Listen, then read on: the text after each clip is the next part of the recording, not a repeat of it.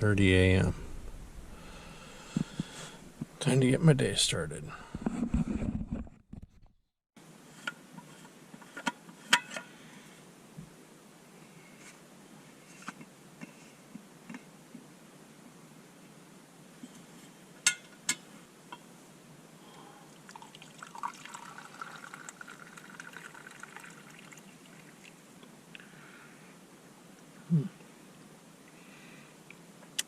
That's actually really good.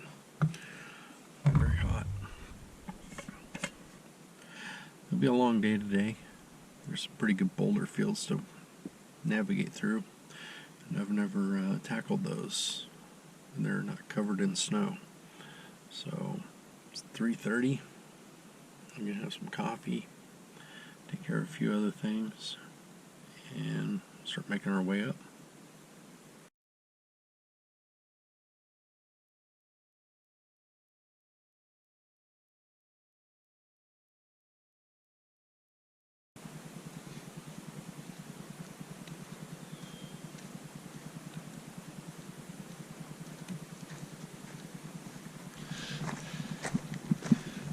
Hey everybody, welcome back to my watch channel.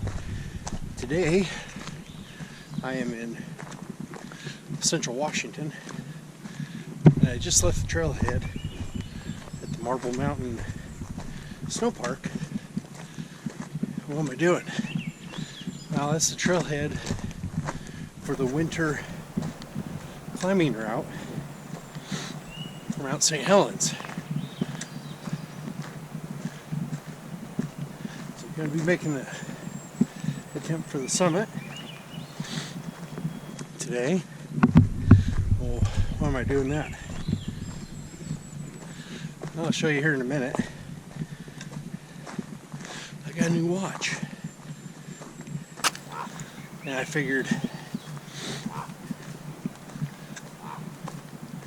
there's no better place to take a look at it than on the side of a stratovolcano in the high alpine.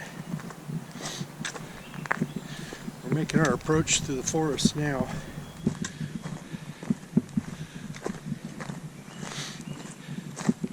And the sun is just starting to light the sky. It's my third time climbing Mount St. Helens. My first time on this trail. No snow. So it's a completely different experience, for sure.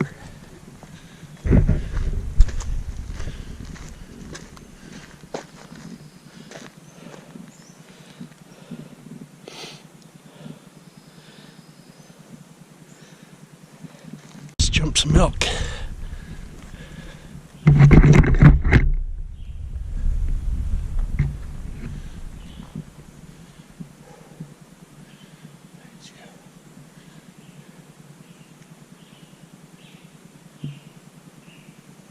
See, you scared the living bejesus out of me.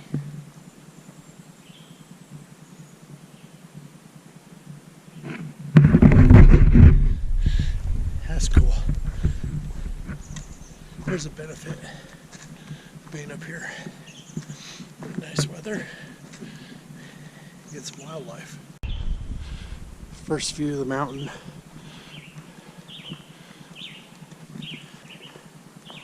Looks so impossible from down here. It's crazy. Pretty cool though.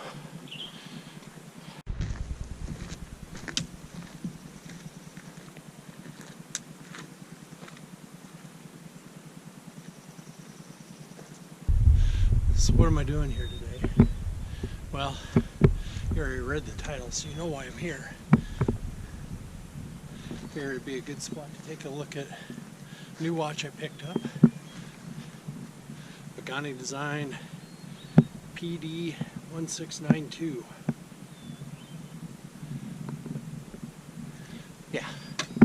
Rolex Explorer I copy. Well, that watch, it was designed to operate in environments like this. Even their advertising campaigns, if you're climbing Everest tomorrow, you'll want to be wearing this. So I'm here right above Chocolate Falls at the foot of Mount St. Helens, and about ready to start making the ridge climb up towards the seismic station. It's a good stop for a little break. Mount Hood will be off in the distance to the south, but it is covered in clouds this morning. Now, while the Rolex Explorer doesn't actually lay claim to being the first watch to summit Mount Everest, certainly its immediate ancestor did. And Rolex, to commemorate that moment, developed what we now know as the Explorer I. And I think it's an easy argument to say it is the de facto adventurer's watch. It's been to the highest places on the planet, and it's been through some of the thickest jungles and the driest deserts and the coldest Arctic regions known to man. A couple of the things that make that watch so great is its simplistic complication. It tells the time, it tells the hours, the minutes, the seconds. High contrast dial, so it's easy to read, night or day, and it's ruggedly built. The actual Explorer, I believe, even has special lubricants for cold temperatures and high altitudes. So it'd be interesting to see if Pagani Design's version is just as capable. One thing that this watch does have that the real thing is not is the Explorer I is only water resistant to 100 meters. Pagani has a claimed water resistance of 200 meters. Screw down crown, screw down case back, sapphire crystal, 316L stainless steel construction in the case and bracelet. So it should hold up. It does use a Seiko NH35 movement, which is arguably a robust and very reliable workhorse of a movement, requiring very little maintenance. And if you get lucky, a lot of these movements will rival the best of the Swiss movements, gaining or losing only 1 or 2 seconds a day. It's a beautiful morning. It's time to start heading up. Now, the best way to make it up mountains like this, especially when you're large like me, is very slow and steady. The trick's not to gas yourself. I learned that the hard way the first time. Well, I think it's a good spot here to take a break for a moment, hydrate, reposition some stuff on the pack, put up the headlamp, put on some sunscreen, that kind of thing. And then after that, it's up this rocky ridge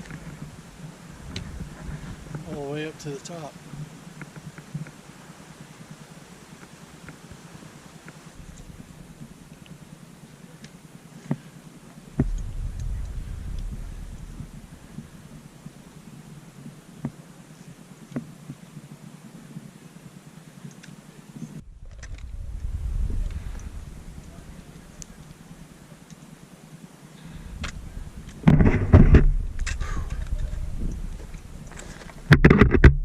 Steep.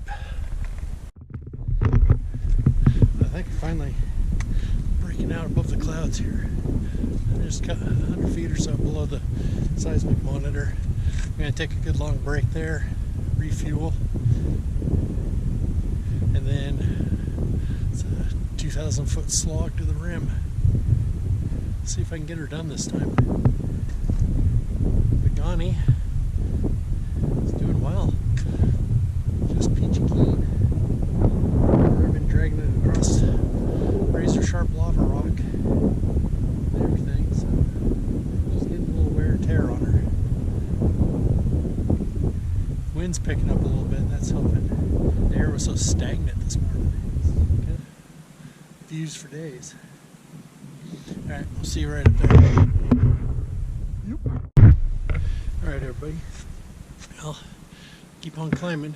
I stopped at the seismic monitor back down there quite a ways at about 5,600 feet. Took a break. I didn't do any filming. There was a lot of people sitting around there. And I've been grinding on up the hill. I've got a ways to go. It's so misleading how far that is. It looks like it's just right up there, the summit, but that's a long ways. Watch is doing great, as expected, and as it should. I'm gonna keep grinding, burning time. I'll check in a little later. Alright, just put the micro spikes on. Kinda wish I would have brought the snowshoes or the full-size crampons, but now I got the big snowfield behind me, and the final push to the rim. This is the highest I've ever been on this mountain, so I'm doing good. I feel good. 10 o'clock. 10 o'clock, so got plenty of time too, and as long as the weather kind of stays the way it is. All right, back at it.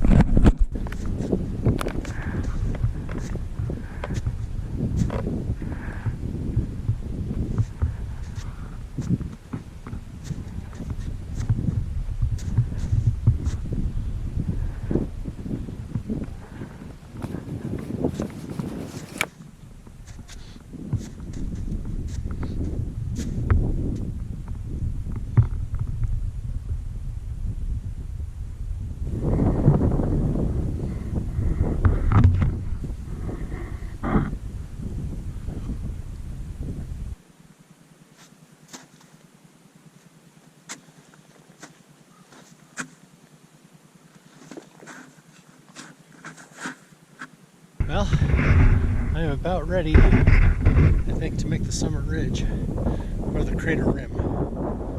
It is 30. Pagani Design. Slide off a mountain. Rolex copy. It's working flawlessly so far. And frankly, that's what makes any of these field watches just fantastic watches. They're simple. They're sturdy. They tell you the time. What I do like about this is there's no date function. The style variation of this model doesn't use the date function of the NH35 movement, which I like. It makes it simple to set. You just wind it, set the time, go. I gotta make this summit. Finally, hopefully, third time's the charm.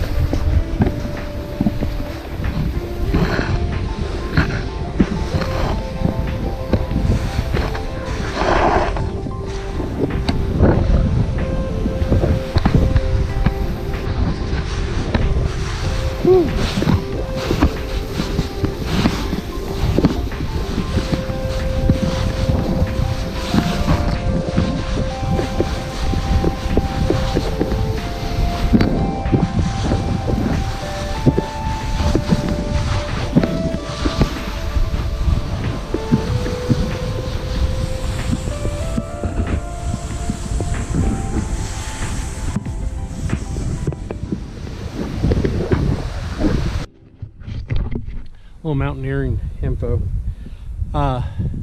Sometimes going down is harder than going up. Yeah, you got the cardiovascular side of going up and trying to pace yourself, but going down, it's hard on joints, ankles, knees, tendons, ligaments, hips, and you're already tired from climbing for 10-12 hours, and so you're going to be apt to make some mistakes, that's for sure. One way to ease that descent is glissading, and that's basically just sitting on your butt and going for a ride, which is what I'm going to do.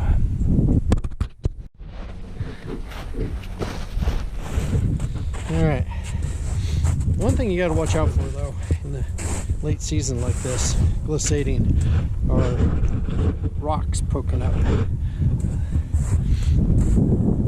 That'll ruin your day in a heartbeat. But beyond that, it's not rocket science. Just sit down.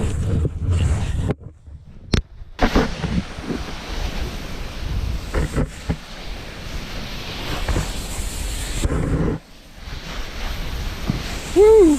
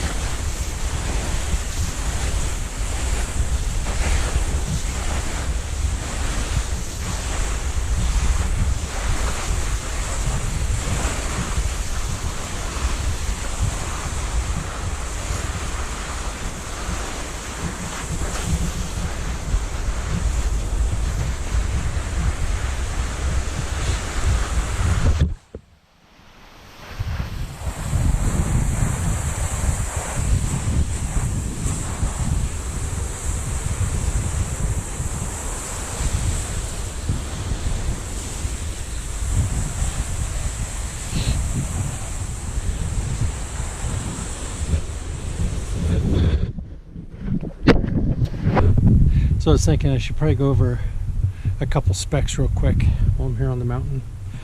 Pagani. It's a 39.5 millimeter case, 20 millimeter lug width. I think it sits right at about 47.5 or 48 millimeters in the wingspan. Solid bracelet, solid end links, machined clasp with the 5 millimeter extension, easy link. The lume for a Pagani is pretty good on this one. Screw down crown, screw in case back sapphire crystal. Yeah, nicely brushed on the outer sides of the bracelet and the case. The flanks nicely polished with a nice curve. I mean, one thing Pagani does do is they replicate an oyster case pretty well, and because of that it fits pretty well and it's comfortable. Everything works perfect on it. The crown screws in really nice on it. It's one thing I've noticed with all the Paganis, the crown screws in really smoothly. The bracelet, super easy to adjust with the screw-in pins. No pin and collar baloney like Seiko says. I mean, come on, Seiko. Your watches are over 500 bucks. Those bracelets need to be better. You're not going to give people sapphire crystals and ceramic bezels. Give them a good bracelet. Come on. That's the other thing. Pagani near as I can tell, any of these other Chinese homage brands that use Seiko movements get the alignment right every time. Second hands, minute hands, hour hands, rehots, they all line up. Bezels. Seiko, I just bought 2 Save the Ocean Antarctica monsters. It's like they're made for the bubblegum machine. Everything's so misaligned on those suckers. It's terrible. They're $550 a pop. There's really no excuse for that. Chinese competition's doing it light years ahead of you at 1/5 the cost. There's a problem. And it's not like you're having your watches assembled in Switzerland by magic elves. I think most of them are assembled in Malaysia. So labor's cheap. And if you got people that can't assemble watches correctly, you replace them. Because, man, as soon as these Chinese brands figure out how to make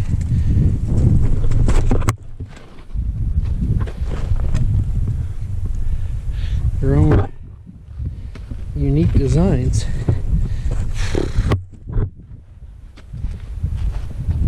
companies like Seiko and Citizen, they need to open their eyes a little bit.